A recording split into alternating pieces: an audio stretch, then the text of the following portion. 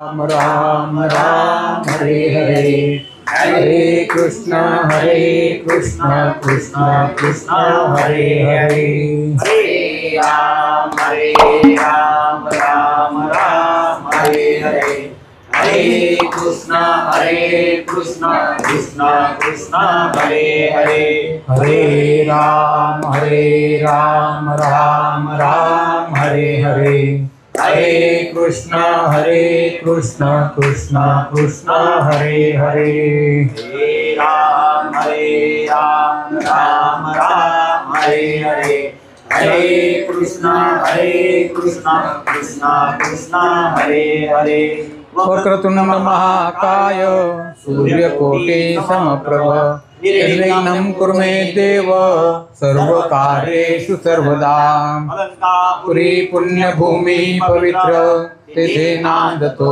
ज्ञानराजा सुपात्र तया आठविता महापुण्य राशी नमस्कार माता श्री गुरुज्ञानेश्वरासी ब्रह्मानंदं परमसुखदं केवलं ज्ञानमूर्तिं सर्वातीतं गगनसदृशं तत्त्वमस्यादिलक्ष्यम् एकं नित्यं विमलमचलं सर्वदी साक्षिभूतं भावातीतं त्रिगुणरहितं सद्गुरुं तं नमामि गुरुर्ब्रह्मा गुरुर्विष्णु गुरुर्देवो महेश्वरः गुरुः साक्षात् परब्रह्म तस्मै श्री गुरवे नमः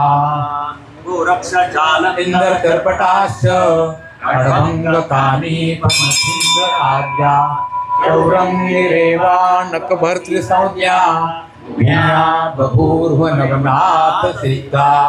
ओम श्री चैतन्य नवनाथ महाराज की जय, महाराज की जय।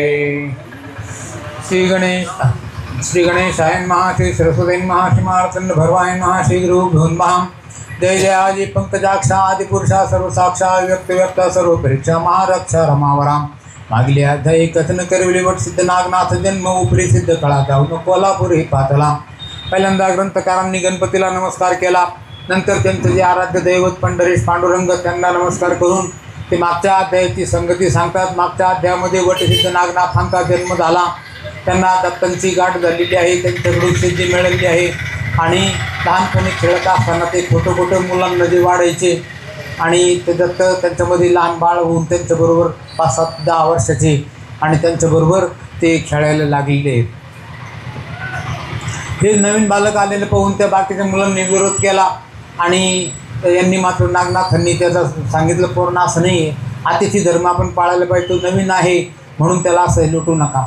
मग त्यांनी खोटीच पूजा केलेली आहे, त्याला गंध लावला, अक्षत लावले, फुलं वाहिली आणि त्याला म्हणतात की हे जानवं घ्या, आता ही पत्रावळ घ्या, जेवायला बसा आणि हे घ्या, हा भात घ्या, हे वरण घ्या, असं करता खोटं वाढता दत्तगुरूंना ते त्यांच्याबद्दल दया वाटलेली आहे, करुणा पण आलेली आहे आणि त्यांनी ओळखलेलं आहे की हा वटसिद्ध नागनाथ आहे आणि याला ती सिद्धी दिली अन्न तयार करण्याची। मग ते अन्न संतर्पण ते घालू लागलेले। हळूहळू ते अन्न संतर्पण त्या मुलांच्या पुरता मर्यादित न राहता मोठ्या प्रमाणात वाढलेले, अनेक लोक यायचे, जेव खाऊ घालायचे आणि ही सिद्धी हे तुला कसं प्राप्त झालं असं वडिलांनी विचारल्यानंतर त्यांनी सांगितलं की बाबा एक बाळ आलं होतं, दत्ता नाव होतं त्याचं आणि त्यांनी मला हे असं सांगितलं, कानात मंत्र सांगितलं आणि असं अन्न तयार करायला सांगितलं। जमिनीवर हात ठेवला आणि जो पदार्थाचं नाव घेऊ ते पदार्थ तयार होत आहेत।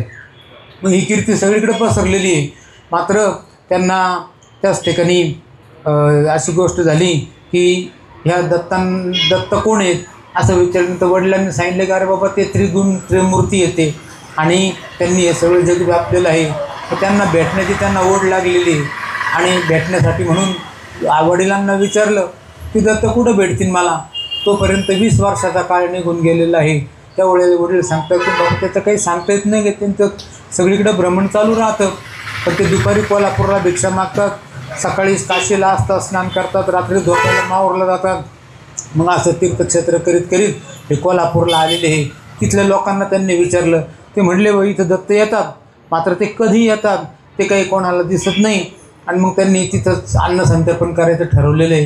पुजाऱ्यांकडे गेले, पुजाऱ्यांना सगळी कल्पना दिली आणि आपण इथं अन्न संतर्पण करू। त्यांची अशी आशा होती की ह्या अन्न संतर्पणामध्ये दत्तगुरू येतील, आपण त्यांना ओळखू आणि त्यांच्या अनायास गाठ होईल. म्हणून लोकांना त्या गुरुजींना त्यांनी विनंती केली. तर गुरुजींनी त्यांच्याकडे पाहतच राहिले. हा एक सामान्य माणूस हा काय अन्न संतर्पण करणार? अन्न संतर्पण म्हणजे काय साधी गोष्ट आहे का? पूर्ण गावाला जेवण जे कोणी त्या वेळेला उपस्थित राहतील त्यांना विनमुख उपाशी जाऊन द्यायचं नाही. आणि मग त्यांना मोठं नवल लागलेलं आहे. पण ते जेव्हा त्यांनी चाणक्य दाखवली, नाव घेऊन त्यांनी ते त्या ओवरीमध्ये तांदळाच्या टाळींच्या राशी उभ्या केलेल्या, एवढंच काय पण गावरान तूप तेल यांचेसुद्धा राशी बनवलेले आहे. हे पाहिल्यानंतर मात्र त्या पुजाऱ्यांनी आश्चर्यचकित झालेले आहे आणि त्यांनी सगळं ते सामान सिद्ध केलं. त्यांना जबाबदारी दिलेली आहे की तुम्ही हे सगळं बनवायचं आणि लोकांना खाऊ घालायचं. त्याच्यावरसुद्धा वेगळा मेहनताना तुम्हाला दिला जाईल. गुरुजी पण खुश झालेले आहेत. आणि मग त्या ठिकाणी त्या राशी गोळा झाल्या, तिथे भांडेकुंडे आणले गेले आणि उद्या सकाळपासून तिथं आता अन्नदान सुरू होणार आहे. अनेक प्रकारचे भांडेकुंडे स्वयंपाक वगैरे चाललेलं आहे. आणि अशाच वेळेला नेमके ह्या ठिकाणी दुपारचा वेळ झाला. अनेक लोक येतात, जेवण करतात, जेवून जातात, अशी पद्धत चाललेली आहे. कोणी कोरड्याची उपटून नेती अन्न नेऊन भरती आपले सदन, मग जिकडे तिकडे सिद्ध अन्न सर्व झाले गावात. राजा रंक कुटुंबासहित अन्न सेवन होती तृप्त, मग म्हणणी तुका निमित्त गृहग्रही मिरवला. आता ते अन्न म्हणजे काय, तुम्हाला फक्त शिजलेलंच अन्न घ्यायचं असं काही नाही. तुम्हाला जर वाटलं कोणाला कोरडंच अन्न घरी घेऊन जाऊ तर खुशाल घेऊन जा. नागनाथांनी द्वाई फिरवलेली त्याप्रमाणे काही लोक ते सुकं पण अन्न घेऊन जायचे, कोणी तिथं जेवण करायचे. असं करीत करीत तिथं कीर्ती झालेली की कोल्हापुरामध्ये नागनाथ हे जेवण घालतात. आता दत्तगुरू आले दुपारच्या वेळेला आणि तिथं त्यांना लोकांनी भिक्षा वाढण्यापेक्षा लोक सांगतात की अरे बाबा, त्यांनी ओळखलं नाही लोकांनी, तर कोणत्या तरी वेशामध्ये यायचे आणि ते आले म्हाताऱ्याच्या वेशामध्ये. आणि दत्त लोक म्हणतात का हो तुम्ही आमच्याकडे इथं काय एक कोरडे भाकर तुकडा मागा त्या. अहो तिथं जा, तो नागनाथ मोठं जेवण घालून राहिलेलं आहे, तुम्हाला जे लागन ते अन्न खा. आम्हीसुद्धा तिकडेच जाऊन जेवण करतो, आम्हीसुद्धा घरी स्वयंपाक करत नाही. तर ते घरोघरीचे जन म्हणती गावात प्रयोजन होते तेथे आम्हा जाणे कुटुंबादी भोजना. तरी तू सत्वर गती जाऊनी सारिका आपली भक्ती व्यर्थ शीण काशा प्रति वाईट कदर नाही. तेव्हा भूक ही प्रत्येकाला लागते, कबूल आहे, पण मात्र आम्ही काही घरी स्वयंपाक करीत नाही. तुम्ही तिथं जा आणि पद्धतशीरपणाने जेवण करा. तेवी तू प्रकरण करसी येथे सोडून सुधारस अन्ना ते कदन न करता या गावात हिंडतोसी मतिमांदा. हे पर्या स्वामी ग्रासी भोजना जातो कुटुंबशी ताक करावा कोणी अर्थाशी तुझे लागी. कशा करता आम्ही स्वयंपाक करायचा आणि चूल पेटवायची, आम्हाला त्याची काही गरज नाही. तेव्हा तू सुद्धा तिथं जा. लोकांनी काय तर दत्तानं ओळखलेलं नाही आणि दत्तानं ते कानावर या सगळ्या गोष्टी आल्यानंतर दत्तगुरू विचार करतात की एवढे लोक जर ज्या अर्थी बोलतात त्या अर्थी आपणही तिथं जाऊन प्रत्यक्ष खरं काय आहे हे पाहायला पाहिजे. म्हणून ते तिथं गेले आणि पाहतात तर 20 वर्षापूर्वी ज्या नागनाथांना आपण सिद्धी दिलेली होती तोच हा नागनाथ काशीला होता. तो आता इथं येऊन कोल्हापुरामध्ये येऊन अन्नदान करतो आहे. मग तेथीच्या जना लागी पुसत हे प्रयोजन एवढे कोण करतं. येरू म्हणती महासमर्थ वटसिद्ध नागनाथ करतो की. तरी त्याचे नाव होते यथार्थ वटसिद्ध नागेश नागनाथ. तरी तोची काय आहे तर मोठेपणा मिरवाया. ओळखलं त्यांनी आणि त्यांच्याबरोबर ध्यानात आलं की 20 वर्षापूर्वी जे लहान बालकं होते त्याचं 10-12 वर्षापर्यंत वय असतील त्यांचे आणि ते जे काही लटकं खोटं वाढीत होते त्याच्यापैकीच हा नागनाथ आहे. त्यांनी ओळखलं आणि विचार केलेला आहे की आता हे सिद्ध अन्न आहे, हे आपल्याला काय चालणार नाही. दुसऱ्या दिवशी ते भिक्षा मागायला गेलेले आहे तर तिथं पण त्याही दिवशी तशीच गोष्ट झालेली आहे. असं करता करता 3 दिवस 4 दिवस 10 15 20 महिना झालेला आहे. त्या काळामध्ये काय करायचे, दररोज संध्याकाळी काशी गेल्यानंतर मग तिथं काहीतरी खायचे, पण मात्र महिनाभर त्यांना काही भिक्षा मिळालेली नाही. ऐसे रीती 1 मास लोटून गेला सहजस्थिती परी नागनाथ स्वचित्ता. असं विचार करता पै झाला म्हणे लोटला 1 मास स्वामी दिसे आम्हास. मग बोलावं म्हणे ग्रामस्थास पुस्ता झाला महाराज. ज्या कारणासाठी आपण हे अन्नछत्र मांडलं ते मात्र सफल होत नाही आहे. दत्तगुरू का अजून आलेले नाही इथं. मग त्यांनी लोकांकडे चौकशी केली का गावामध्ये कोणी भिक्षुक येतो का नाही. ते म्हणे हां एक भिक्षुक येतो आणि तो भिक्षा मागतो आणि इथलं काही अन्न मिळालं नाही तर तो तसाच निघून जातो. मग यांनी विचार केला की ते दत्तगुरूच असले पाहिजे. तो येथे ते तुमचे अन्न न सेवी मागतो भिक्षा कदन्न आम्ही पुसता म्हणतो नेम माझा आहे की आम्ही सारतो येथे भोजन म्हणून न मिळे पक्वान्न या कोरडे मागून धान्य नेत आहे महाराजा. आता येतो एक भिक्षुक येतो, पण मात्र तो काही हे तुमचं अन्न घेत नाही शिजलेलं. घरामध्ये आमच्या घरामध्ये जे काही ज्वारी बाजरी काय असेल ते अन्न न शिजवलेलं ते आम्ही त्याला देतो आमच्या घरातलं. मग नागनाथांनी बरोबर ओळखलं की ते दत्तच असले पाहिजे. असं करा, तुम्ही हे सगळेजण इथलं धान्याच्या राशी घेऊन जा, ज्वारी बाजरी गहू तांदूळ, आणि तो भिक्षुक आल्यानंतर त्याला ते वाढा. त्यासी न काही टाकून श्रुत करावे मरे कारण मग मी जाऊन ग्लानीत वतने भोजन घालीन तयासी परी आणि एक अर्थ कोरडे अन्न त्या ग्रहात जे रोज येईल जे इच्छे ते अन्न वाढावे. शिवाय त्यांना असं जर ते नाकारलं तर मला लगेच येऊन सांगा, मग मी त्यांना इथं घेऊन येईन आणि त्यांना याच्याच प्रकारे अन्न घालीन. आता ही जी मूळ गोष्ट आहे त्या लोकांना पण माहिती नाही. त्यांच्या मनामध्ये हे होतं की त्यांना मी बरोबर ओळखीन आणि तिथंच त्यांचे पाय धरीन आणि त्यांच्याकडून माझं कल्याण करून घेईन. पण मात्र तिथं काही यांना काही तशी संधी मिळालेली नाही. अजून 2-4 दिवस गेलेले आहे आणि लोकांना त्यांनी सांगितलं की तुम्ही असा जर कोणी भिक्षुक आलेला तर मला लगेच तिथं बोलवा, आणि त्यांनी जर हे अन्न जर नाकारलं, हे इथलं जे भंडाऱ्यातलं जे अन्न आहे ते सिद्धीचं अन्न आहे, ते जर तो घेत नसेल तर मला लगेच बोलवा. तशीच गोष्ट झाली. 2-4 दिवसानंतर असा प्रसंग आला की दत्तगुरू त्या नगरामध्ये आले, भिक्षा मागितली, आणि ह्या लोकांनी ज्यावेळी ते सिद्धीचं अन्न द्यायला लागलेले ज्वारी बाजरी त्यांनी विचारलं आणि ते काय अन्न ते घेईना. तेवढ्यामध्ये एकाने जाऊन सांगितलं की महाराज, अहो ह्या कोपऱ्यामध्ये गल्लीमध्ये एक भिक्षुक आलेला आहे आणि तो हे काही सिद्धीचं धान्य घेत नाही. म्हणती महाराजा नागनाथाचे अन्न आपणान वाटे ते प्रसन्न तरी आमचे कष्टाचे तर देऊ नको होऊ नकाजी ऐसे सांगून भिक्षा देते तो घेत नाही प्रांजळचे ते मग लग बघे हिर जाती श्रुत करते नाथासी होता श्रुत मात शीघ्रच पळत्वे येत धावत निकट येता हस्तसंकेते हिरक दावे हिर दावे ती थयासी. तर कोपऱ्यामधल्या गल्लीमध्ये ते भिक्षा उभे होते आणि त्यांना काही ती भिक्षा मिळेना. मग मात्र लोकांनी जाऊन सांगितल्यानंतर लगेच ते धावत आलेले नागनाथ कोण आहे ते महात्मा आणि तो का अन्न घेत नाही, म्हणून त्यांनी ज्या वेळेला पाहिलं त्यावेळेला त्यांचं रूप हे म्हाताऱ्या माणसाचं होतं. पण बाकीच्यांनी ओळखलं नाही, पण नागनाथांनी बरोबर ओळखलं की हे दत्तगुरूच आहेत. दंड दंडकमंडलू विसरून गेला कुठे परी तुम्हास पुरते ओळखिले मी आता मग भेटून जाऊ दत्त सख्या. त्यांनी ओळखलं बरोबर, महाराज मी आता तुमचे पाय सोडणार नाही. अहो गेल्या 20 वर्षापासून मी तुमची अपेक्षा करतो आणि आता मात्र तुमच्या जरी हातामध्ये तुमचे आभूषणं नसले मी मात्र तुम्हाला ओळखलेलं आहे. त्यांचे पाय सोडे नव्हते. आणि मग नागनाथांचा तो भाव पाहिला. दत्तगुरू पण प्रसन्न झालेले. ते म्हणतात की आता यांनी आपल्याला ओळखलंच आणि आता याचा पण अंत आपण जास्त पाहू नये, म्हणून त्यांनी लगेच तिथं त्याला एका बाजूला नेलेलं आहे आणि आपलं जे मूळ स्वरूप आहे ते त्याच्या पुढं प्रगट केलेलं आहे. 3 शिरे 6 हात तया माझा दंडवत काखे जोडी पुढे श्वान काखे धुळी पुढे श्वान नित्य जान्हवीचे स्नान.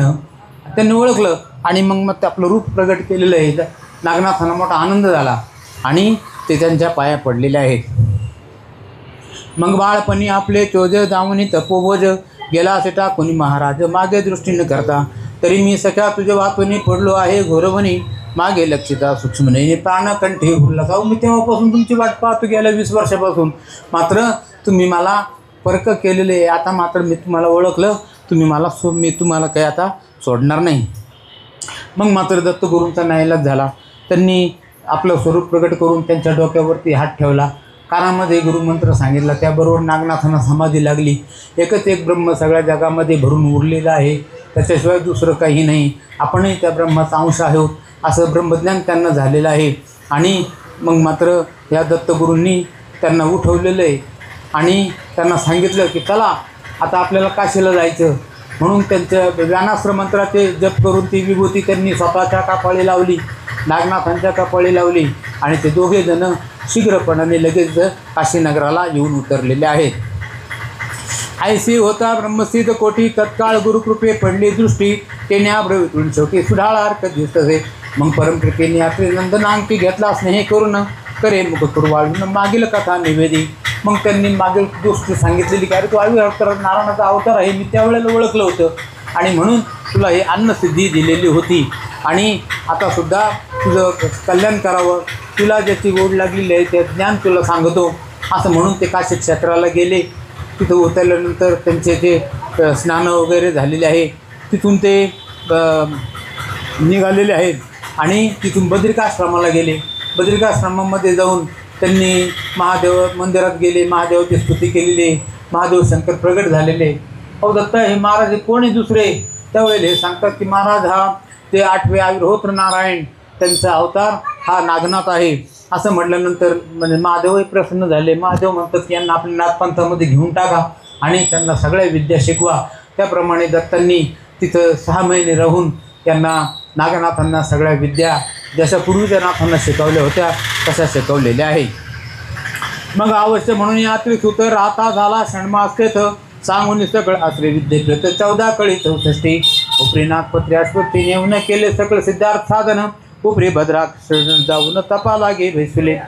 6 महिन्यानंतर महादेवाच्या सांगण्यावरून नागनाथांना दत्तांनी तपश्चर्याला बसवलेलं आहे आणि त्यांना ती दीक्षा दिलेली आहे. नागपंथाची जी आभूषणं शैली शिंगी कुबडी फावडी ते त्यांना अर्पण केलेले आहे आणि त्यांना आता सांगितलं की आता इथून तुम्ही तपाला बसा.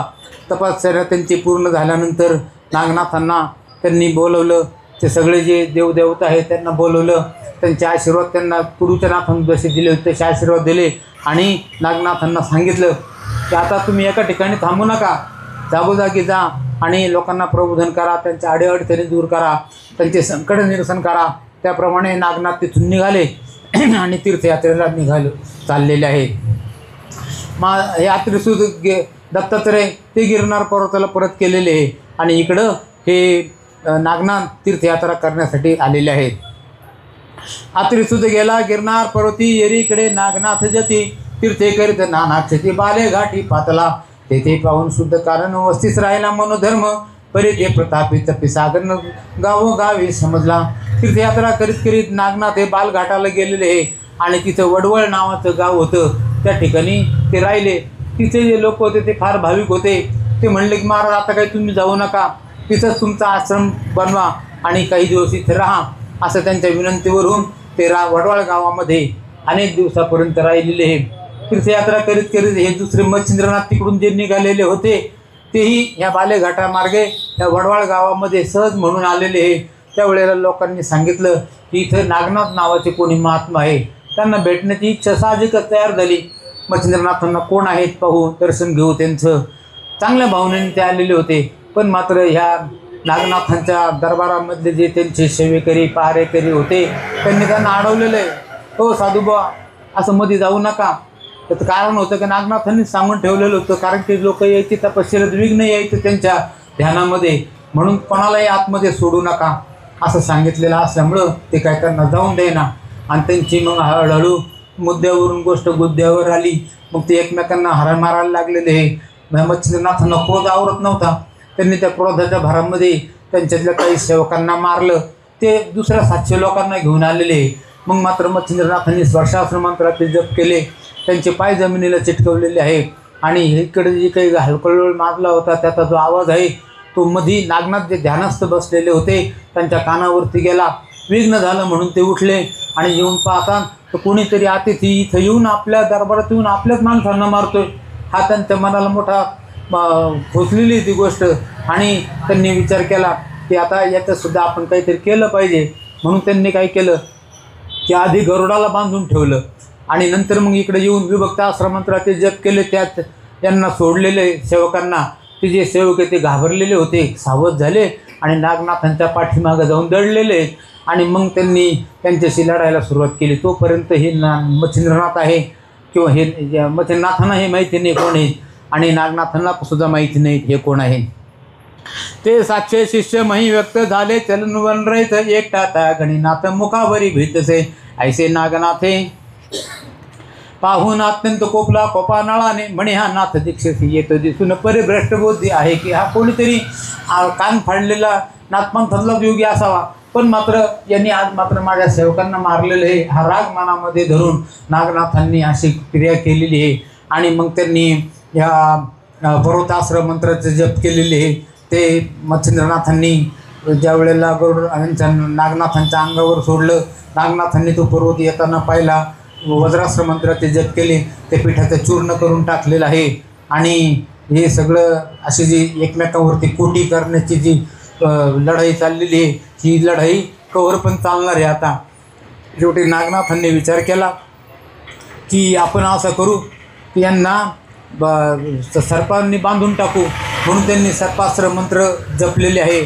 अनेक सर्प आलेले आहे आणि ते सर्प जे आहेत ते सर्प येऊन त्या मच्छिंद्रनाथांना चावायला लागलेले आहेत.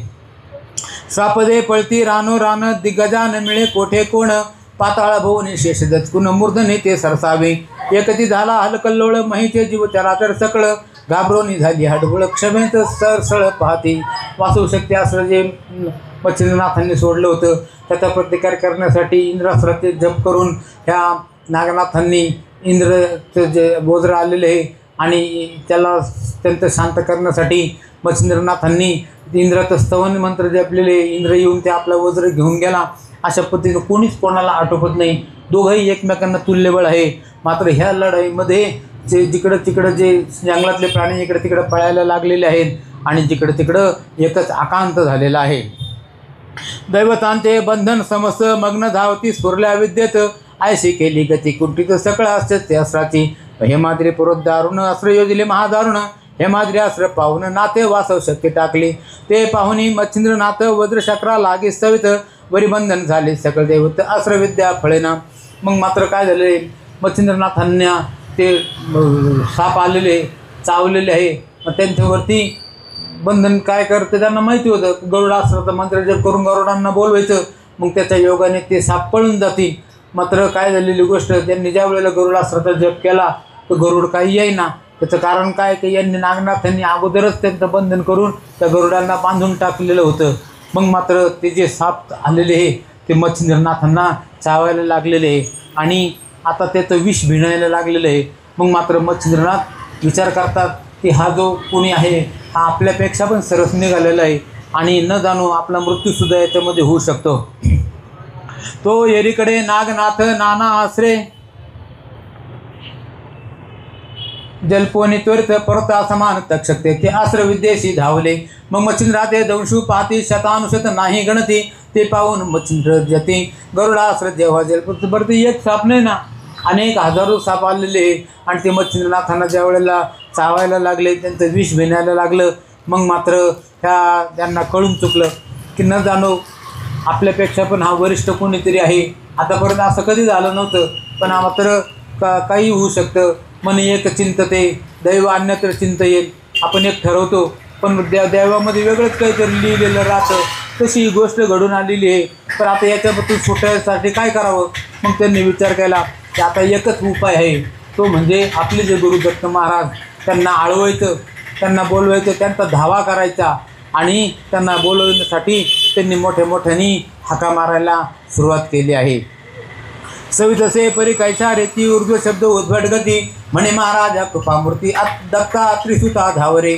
मी बाळक लढवाळ जाणं वेठलो असे सर्पबंधने, तरी माये तुझे वाटून कोड सोडविल मजा आता. हेत्र देव अवतार खाणी मटपाट साची तू हरणे, व्याघ्र भसला मग प्राण हरणे ते धावून लगत. ज्याप्रमाणे गाय सापडती वाघाच्या तावडीमध्ये तसं मी सापडलेलो आहे. तेव्हा दत्ता लवकर या आणि मी माझे जीवन आता संपायला लागलेलं आहे असं म्हणून मोठ्याने हाका मारायला सुरुवात केली आहे. परम संकटी पडलो येथे कैसी निद्रा लागली तू ते, सर्वसाक्षी असून जगाते नेत्र जा केले माझ्याविषयी. दत्त दत्त ऐसे म्हणून शब्द पुढील हासे करून, नेत्र झाले श्वेतवर्ण मुखी हुंद काय येत असे. डोळे पांढरे व्हायला लागलेले, कारण की ते विष कला त्यांनी दाखवल्याशिवाय राहणार नाही आणि ते विष भिनायला लागलेलं आहे. आणि मोठ्याने दत्ता धाव असं म्हणून ते जेवढे शब्द सुटतील व सापडतील तेवढ्या शब्दांनी दत्तगुरूंचं मोठ्याने स्मरण करायला लागलेले आहे. तर परी दत्तात्रय नामे करून बाई अट्टहासे वचन तो नागनाथ हे शब्द ऐकून साशंकित होत असे. चित्ती म्हणे मम गुरु ते स्मरण करतो हा मर्थवाचे, तरी हा कोणाचा शिष्य याचे नाम विचारू जावनी. मग निकट येऊन वट सिद्धनाथ पुस्ता झाला स्नेह भरित म्हणे कोण तुम्ही हो दीक्षावंत, कोण गुरु तुमचा रे. म्हणजे माझे गुरु दत्तगुरू त्यांचंच नाव हे घेऊन राहिलेले. न जाणो हे आपल्या दत्तगुरूचे कोणी शिष्य आहेत का कोण आहेत याची आपणही चौकशी केली नाही रागाच्या भरामध्ये. आणि आता मात्र अशी वेळ आलेली आहे आपल्या त्या दारामध्ये अतिथीचा मृत्यू होणं हे काही चांगलं नाही. अतिथी आपल्या दारात आल्यानंतर आपण यथाशक्ती त्यांची सेवा करायला पाहिजे. मग मात्र ते तिथे गेलेले त्यांना विचारते की महाराज तुम्ही कोण आणि दत्ताचं नाव का घेता. त्यावेळेला ते सांगतात की अहो मी दत्ताचं प्रथम भागी दत्ताचे बाळ मच्छिंद्रनाथ माझा दत्तांचा अनुग्रह पहिल्यांदा मला मिळाला. कविनारायणाचा मी अवतार मच्छिंद्रनाथ आहे आणि माझ्यानंतर जालिंद्रनाथांना मिळाला, त्याच्यानंतर भरतरीनाथांना मिळाला, त्याच्यानंतर रेवणनाथांना मिळाला आणि आता अजून कोणीतरी आहे पुढं म्हणजे हे त्यांना माहिती नव्हतं. हे समोरचे नाथ हे नागनाथच आहे का. त्यामागे रेवणनाथ दत्तानुग्रह प्रतापवंत तेणे जिंकोनी देव समत विप्रबाळे उठवले. तरी महाराजा नाथ पंथात मी दत्तात्रयाचा ज्येष्ठ सुत ऐसे ऐकून उठ सिद्धनाथ मना माझी कळवळ. अरे अरे अरे हे तर फार मोठा अनर्थ झाला. अहो ज्या नाथपंथांची सुरुवात यांच्यापासून झालेली आहे ते हे मच्छिंद्रनाथ आहे. तेव्हा त्यांच्याप्रती आपलं जे वागणं आहे सुलूक आहे हा चुकलेला आहे. आपण मग त्यांनी लगेच त्यांच्या पाया पडायला लागलेले आहेत. ते म्हणतात की महाराज अगोदर सांगितलं असतं तर एवढा प्रसंग झाला नसता. मग त्यांनी लगेच त्या ठिकाणी त्या सर्पांना आमंत्रण केले आणि त्यांच्याकडून अशी त्यांना आवाहन केलं की हे ते जे विष त्यांच्या अंगामध्ये आहे ते तुम्ही शोषून घ्या. ते सर्प आलेले त्या सर्पांनी तिथून त्यांच्या अंगातलं सगळं विष शोषलं. गरुड आलेले गरुडाला सोडलं, गरुडाला आवाहन केलं, गरुड आलेले आहे. त्यांच्या योगाने ते जे सर्प आहे ते तिथून पळून गेलेले आहे. मच्छिंद्रनाथ सावध झाले. त्यांनी हळूहळू झोपेतून उठून बसावा तसे त्यांनी डोळे किलकिले केले. हळूहळू उठून बसलेले आहे आणि समोर पाहतात तर आपल्यासारखेच कान फाडलेले त्याचप्रमाणे शैली शिंगी कुबडी फावडी असे आभूषणं असलेले हे कोणीतरी नाथ आहेत. व तुम्ही कोण असं विचारल्यानंतर नागनाथांनी सुद्धा आपला परिचय करून दिला की जे 8वे नारायण अविहोत्र नारायण त्यांचा मी अवतार वटसिद्ध नागनाथ आहे. मग येऊनी स्वस्थानासी बैसुला आपणापाशी गौरवनी उदार मानसी एक मास ठेविला. हेरीकडे नाथ नागनाथ मच्छिंद्र तेरणे माथा ठेवित म्हणे ताता समान वडील भ्रात गुरु माझा होतो हुशे. हो तुम्ही माझे वडील बंधू हे वडिलांच्याच ठिकाणी राहतात. पण मात्र हे माझ्याकडून एक प्रकारची चूकच झालेली आहे. मात्र आता तुम्ही ते सगळं अपराध पोटात घाला, नगरामध्ये चला. त्यांच्या त्या आश्रमामध्ये ते घेऊन गेले. त्यांना सिंहासनावर बसवलं, त्यांची षोडशोपचाराने पूजा केली आणि हे गुरुबंधू मोठे म्हणजे तुम्ही माझ्यासाठी वडीलच आहात. यावरी मच्छिंद्र एके दिवशी बोलता झाला नागनाथासी तुवा बंधन द्वारापाशी ठेविले काय म्हणून. भाविकी येती दर्शनाते तव शिष्य येऊन देती त्या ते तुझे मजे कळी या निमित्ते झाले असे. महाराजानंतर त्यांची सलगी झालेली आहे. काही दिवस गेल्यानंतर ते मनात विचार करतात की आता इथून जायला पाहिजे आणि जाता जाता त्यांनी नागनाथांना विचारलं की अरे नागनाथा एका गोष्टीचं कोडं उलगडलं नाही. अरे देवाचा दरबार जो राहतो तो मोकळा असायला पाहिजे आणि तिथं माणसं काय येतात का त्यांचे जे काही ह्या जन्मातले मागच्या जन्मातले जन्मजन्मांतरीचे जे पाप राहतात ते धुतले जातात म्हणून ते साधू संतांच्या इथे येतात. ते सामर्थ्य फक्त साधू संतांमध्ये आहे. आणि देवाला सुद्धा असं पतित पावन म्हणतात. आणि पतित पावन म्हणजे काय की कोणीही येऊ त्यांचे जे पाप धुण्याचं कार्य जे देवता हे करीत असतात. आणि मग त्या ठिकाणी पतित पावन म्हणून मी आलो द्वारा पतित पावन नव्हेसी म्हणून जातो माघारा. नामदेव महाराजांनी सुद्धा असं म्हटलेलं की मी का आलो इथं तर मग मी माझ्या मुळातच पतित आहे. ह्या जन्मात म्हणा मागच्या जन्मात म्हणा मी पतित आहे. मात्र त्यातून सुधारण्यासाठी म्हणून मी इथं आलो. पण मात्र तुम्ही माझा अंगीकार केलाच नाही आणि न अंगीकार केल्यामुळं तुमची जी बिरदावळी आहे पतित पावन ती आता तुम्ही मागं घ्या. कारण की तुम्ही पतित पावन नाही आहे म्हणून मी चाललो माघारं असं म्हणून त्यांनी त्या ठिकाणी त्या नागनाथांना सांगितलेलं आहे की हे असं नसलंच पाहिजे. पतित पावनच राहिले पाहिजे आणि त्याच्यासाठीच आपला जन्म आहे. प्रबोधन करणं आपलं काम आहे. म्हणून मग हे काही बंधन आहे हे तुम्ही काढून टाका. कोणाला पण येऊ द्या त्यांना हे दर्शन मिळायला हवं. मी असतो सदा ध्यानस्थ जन हे येऊन अपरिमित ध्यान माझे भंगिते म्हणूनद्वारे ठेवतो रक्षण ओपरे बोले मच्छिंद्रंदन नाथा नव्हे हे चांगलं पण आभूषण एक आपण असे कोणी जनते हीन दीन व्हाव्या येती पवित्र पावन परितो द्वारा टेक पाहून विन्मुख जाती माघारात असं नसायला पाहिजे. मग त्यांनी त्यांचं मानलेलं आहे. आपले गुरुबंधू म्हणजे गुरूंचंच जी इच्छा असे असे त्यांनी मनामध्ये धारणा केली आणि तेव्हापासून नागनाथांचा दरबार हा खुला झालेला आहे. आता कोणी पण तिथं जातं येतं दर्शन करतं पाहिजे तोपर्यंत राहतं आणि त्यांच्या मनाला येईन त्यावेळेला तिथून निघून जातं. तरी मुक्तद्वार आता येथून ठेवी जगाची अकिंचनपण हरोनिया मनोधर्म रूढी मार्ग वाढवी.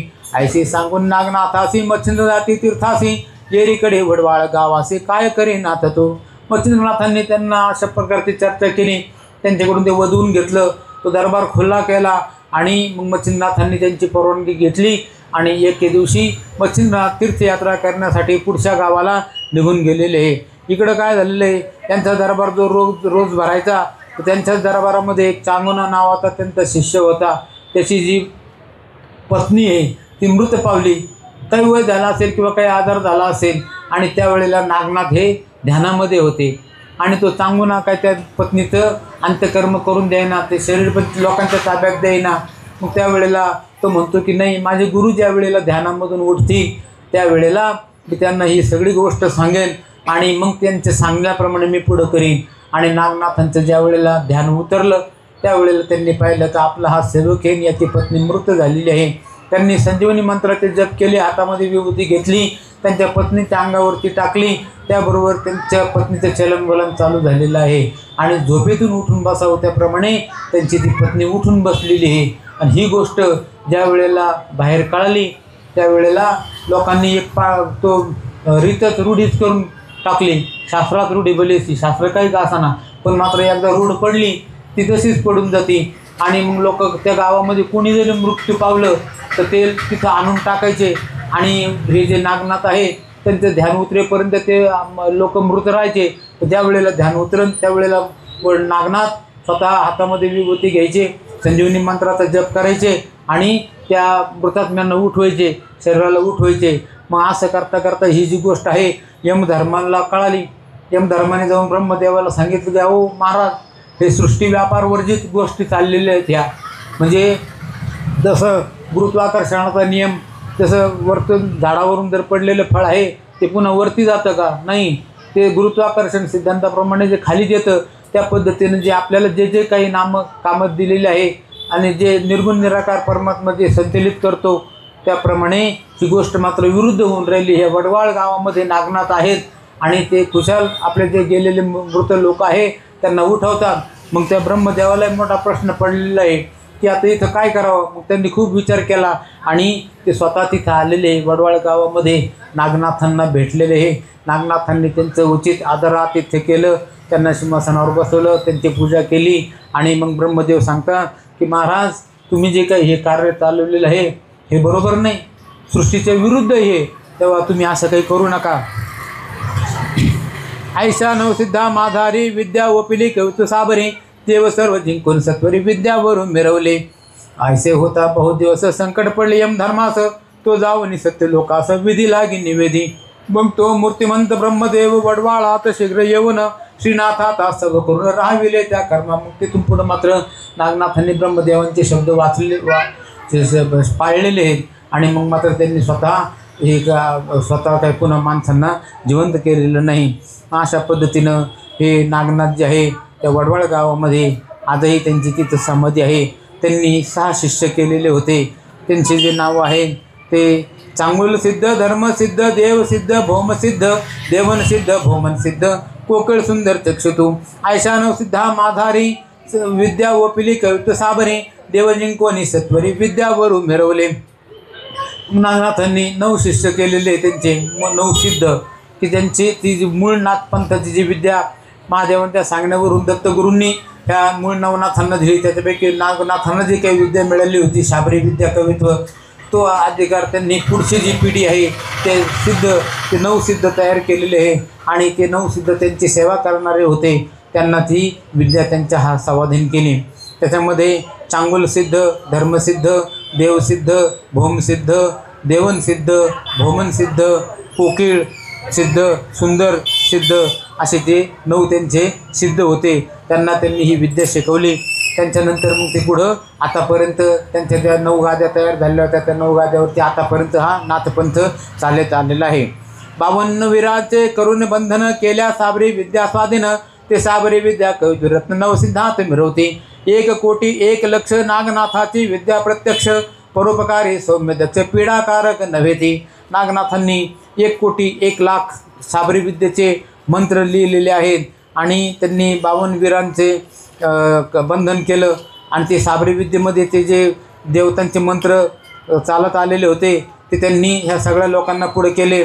आणि मग त्यांचे जे नागनाथांचे जे जास्त करून विषय आहे तो म्हणजे एखाद्याला खांडूक झालं किंवा पित्त विकारामुळं जर लोकांना काही पीडा होत असली, अंगावरती पुटकुळ्या पुरळ उठत असलं, त्याचप्रमाणे कोणाला साप चावला, कोणाला विंचूदंश झाला तर त्याच्यावरती सुद्धा नागनाथांनी ह्या साबरी विद्येमध्ये मंत्र केलेले आहे आणि ते मंत्र आतापर्यंत चालत आलेले आहे. आणि आजही त्या मंत्रांच्या योगाने तिथं त्या गादीवरती ते जे कोणी महात्मा असतील अधिकारी ते लोक त्यांचे प्रयोग करतात आणि आजही लोक ह्या विकारांमधून मुक्त होतात. धावरे खांडूक उसण टेके किरळ अहिरा नेम वृश्चिक सर्प विशारण ऐसी विद्या परोपकारी ऐसी विद्या साबरी कवित नवांनी प्रगट केली जगात या परिदिवस लोटले बहुत कथा वर्तली विप्राची. मग आता ही जी विद्या आहे ती आतापर्यंत चाललेली आहे, कारण की पहिले जे मूळ नवनाथ आहे त्यांनी त्यांच्या सेवेमध्ये असणारे जे 5-5, 6-6, 8-10 त्यांचे सिद्ध लोक होते सत्शिष्य, त्या शिष्यांना त्यांनी ती विद्या प्रत्यक्ष त्यांच्याकडे दिली. त्यांच्याकडून पुढची पिढी तयार झालेली सिद्ध लोकांची त्यांच्याकडे दिली. असं करीत ती आजपर्यंत नाथपंथाची विद्या आताच्या पिढीपर्यंत आलेली आहे. समाधी योग सरला शेवट ते उद्धरला बैरंभट आणि रामाजी सुभट हेमकारक उधरीला. तर त्या कथा पूर्ण भागात वदलो भक्ती कथामृत ग्रंथात या उपरी चिरपटीनाथ श्रवण करावे श्रोते हो. तेव्हा मग अशा जी विद्या आहे ती पुढच्या पिढीमध्ये आली. त्याच्यामध्ये एक बैरंभट नावाचा भक्त होता, त्याचा उद्धार झालेला आहे. रामाजी नावाचा एक भक्त होता, त्याचाही उद्धार झालेला आहे. आणि त्या ज्या स्वतंत्र कथा आहे ती भक्ती लीलामृत नावाचा जो ग्रंथ आहे त्याच्यामध्ये आलेला आहे. याच्यामध्ये मूळ नवनाथ आणि त्यांचे सिद्ध यांच्या कथा आलेल्या आहे. अशा पद्धतीनं नवनाथ हे ह्या पैकी हे नागनाथ वडवाळ गावामध्ये राहिले. आजही त्यांची समाधी तिथं आहे.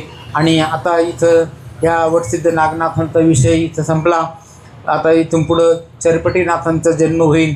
नवनाथांच्यापैकी जे शेवटचे जे नारायण आहेत ते चरपटीनाथ नावाने जन्माला येतील आणि त्यांचा जो विषय आहे तो हा पुढच्या अध्यायामध्ये येईल. तरी त्या कथा पूर्ण भागात वदलो भक्ती मृत ग्रंथात उपरी चरपटीनाथ श्रवण करावे श्रोते हो. धुंडी सुंदर हरिवंशी मालू तू संत कृपेशी अवधान विद्ये सावकाशी श्रोते तुम्ही अवधारा. श्रोते श्री भक्ती कथासार समस्त गोष्ठाव किम्यागार सदा परसूत भाविक चतुर सत्रक्षमाध्याय गुढा पांडुरंगार परमणस्थोम. श्री गणेशाय नमः. श्री सरस्वती नमः. श्री मार्तंड भैरवाय नमः. श्री गुरुभ्यो नमः. जय जयाजी व्यंकटरमणा दया सागरा परिपूर्णा भक्त दुःख भंजना पुढे ग्रंथ बोलवी मागले अध्यायी कथन नागनाथा भेटला त्रिनंदन विद्याभ्यासे शिक्षा कारण दाथपंथी मिरवला. उपरी मच्छिंद्रासी खेळून रळी जिंकेला मच्छिंद्र तोपबळी तव सिद्ध उत्पन्न करून मंडळी साबरे विद्या हुपिली. यावरी श्रोती पुढे कथन पूर्वी दक्षग्रह वार्ता दान निघाले विवाह योजना लक्षण मंगल कार्यात येथे धवा. हिमालयाची आत्मजाती योजिली मंगल काजा तेव्हा देव जानो बाजा बाजारण पाठवले विठ्ठल विठ्ठल विठ्ठल विठ्ठल विठ्ठल विठ्ठल विठ्ठल. चिंतन श्री गुरुदेव दत्त. ओम श्री चैतन्य गणनाथ महाराज की जय. साईनाथ महाराज की जय. सर्वदा योग तुझा घडावा ये कारणी देह माझा पडावा. उपेशू नको गुणवंता अनंता गुणायका मागणे हे चिनाता. ज्या ठिकाणी मन जाय माझे त्या त्या ठिकाणी निज रूप तुझे. मिठे वितो मस्तक ज्या ठिकाणी तेथे तुझे सद्गुरु पाय धोनी. जय जय रघुवीर समर्थ करदे आरे विठ्ठल. श्री ज्ञानदेव तुकाराम नाथ महाराज की जय. ज्ञानेश्वर महाराज की जय. जगद्गुरु तुकाराम महाराज की जय। आदेश